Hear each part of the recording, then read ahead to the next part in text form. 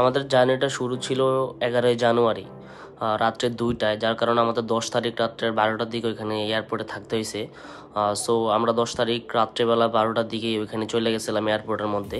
দেন আমাদের ঢোকার সাথে সাথেই প্রথমে আমাদেরকে একটা ফর্ম দেয়, যাদের যাদের লাগেজ আছে লাগেজের জন্য একটা ফর্ম ফিল আপ করতে হয়। সো ওইটা আমরা ফর্ম ফিল আপ করলাম। ফাইনালি আমরা ইমিগ্রেশন ক্রস করে ভিতরে ঢুকলাম। বাট ইমিগ্রেশন অনেকটাই ঝামেলা হয়েছিল। আমাদের প্রথমে বলছিল যে ক্যাশ ডলার ছাড়া ঢুকতে দিবে না, প্লাস এরপরে আমরা অনেক কষ্ট করে ক্যাশ ম্যানেজ করছি।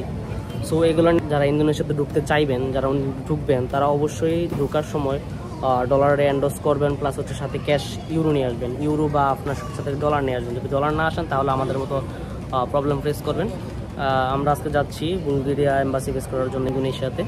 অ্যাকচুয়ালি যারা নতুন পাসপোর্ট হিসেবে ইন্দোনেশিয়া ঢুকতে চাইতেছেন, ওদের জন্য আসলে ইমিগ্রেশন ক্রস করাটা খুবই টাফ হবে, ঠিক আছে? সো যারা যারা নতুন পাসপোর্ট বা এক দেশের ভিসা, 2 দেশের ভিসা নিয়ে ঢুকতে চাইবেন, তারা অবশ্যই আপনাদের অথেন্টিক রিজন নিয়ে ঢুকবেন। যেমন আমাদের রিজনটা হচ্ছে আমরা বুলগেরিয়াতে এম্বাসি ফেস করার জন্য যাচ্ছি। আমাকে প্রথমে অনেক ঢুকতে দেয় নাই, অনেক ঝামেলা করছে। পরবর্তীতে আমি আমার বাংলাদেশের যে হাই কমিশন যে পোস্ট করা হয়েছে আমাদের সম্পর্কে, ওই সব বিস্তারিত দেখানোর পরে আমাকে ওরা অ্যাকসেপ্ট করছে। সো যারাই ঢুকবেন ইন্দোনেশিয়াতে পরবর্তীতে, তারা সবাই অবশ্যই অথেন্টিক রিজন নিয়ে ঢুকবেন, না আপনাকে ইমিগ্রেশন ক্রস করতে দেওয়া হবে না।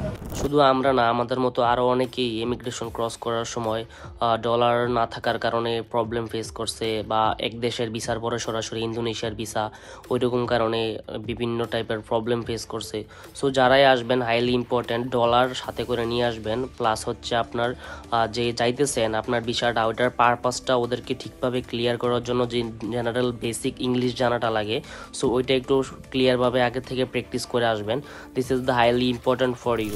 এখন যাবো আমরা থাইল্যান্ড, দেন যাবো হচ্ছে ইন্দোনেশিয়া। ফাইনালি সব কিছু ডান। একটু পরে হয়তো আমাদের ফ্লাইট ছাড়বে।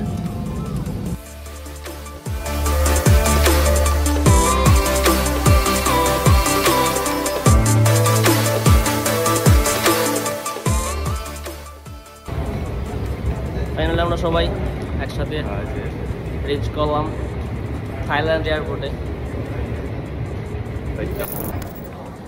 একটা বিষয় কি, যারা একটু লং জার্নিতে বাইরেবেন, ট্রানজিট আছে 13 ঘন্টা 14 ঘন্টার ফ্লাইট, তারা অবশ্যই লাইট ওয়েট সব কাপড় চোপড় প্লাস নর্মাল শ্যু পরে আসবেন। কারণ হচ্ছে এখানে আপনার 3-4 বার আপনার ইমিগ্রেশন চেক হয়।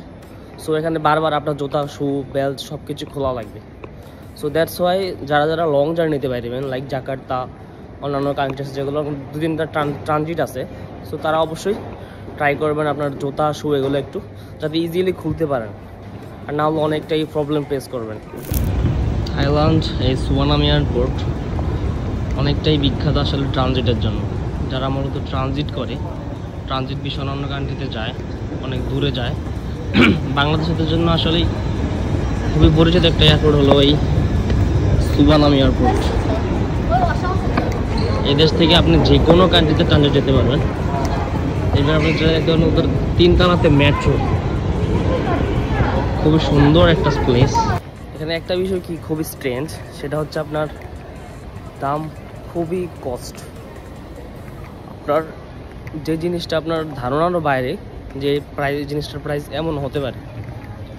এখানে আমি কিছু জিনিস কেনার চেষ্টা করছিলাম, বাট যে প্রাইস ওরা আসলে রিমার্ক করে রাখতেছে, ওইটা খুবই খুবই বেশি, যার কারণে এটা কিনা আমার সাধ্যের বাইরে হয়ে এসেছে। সো যারা আছেন সবসময় ট্রাই করবেন যা কিছু লাগে এয়ারপোর্টে ঢোকার আগে কিনে নেবেন। এয়ারপোর্ট থেকে ঢুকে কিনে না কেনাটাই সবচেয়ে বেটার।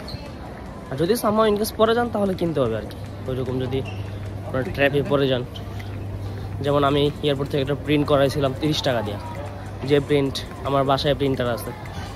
সো এরকম যদি ট্র্যাফে পড়ান আমার মতো, তাহলে আপনাকেও 30 টাকা দিয়ে প্রিন্ট করাতে হবে। আমরা এখন মেট্রো দিয়ে আমাদের ট্রানজিট পয়েন্টে যাচ্ছি।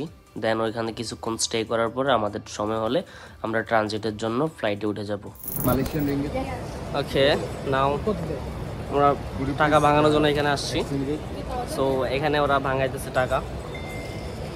1 is equal to এটা হচ্ছে স্টাফ। 1000 এখানে $100 কত? $100 15,75,000। So lots of money. একদিনে বড় লোক। যে একটা নোট 1 লাখ টাকার, বড় লোক 10 লাখ টাকা। ও মাই গডনেস, মারি আর মারি মারি আর মারি। Yes. Bye bye. Bye bye. Thank you. Thank you so much. So money exchange done. টাকা দেখতেছেন আমার কাছে। বড় লোক একদিনের বড় সিম লোক। কিনতে আসলাম। That is our SIM company. Famous नहीं है देखिए। Okay.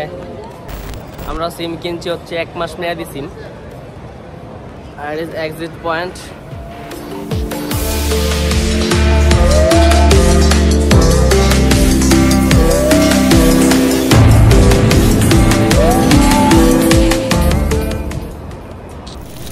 এখানে ক্যাব বুক করতে আসলাম। সো ওরা বলতেছে যে 4 জনের বেশি হবে না, বাট আমরা তো 5 জন, ডেস্টিনেশন তো যার কারণে একটু প্রবলেম হইতেছে।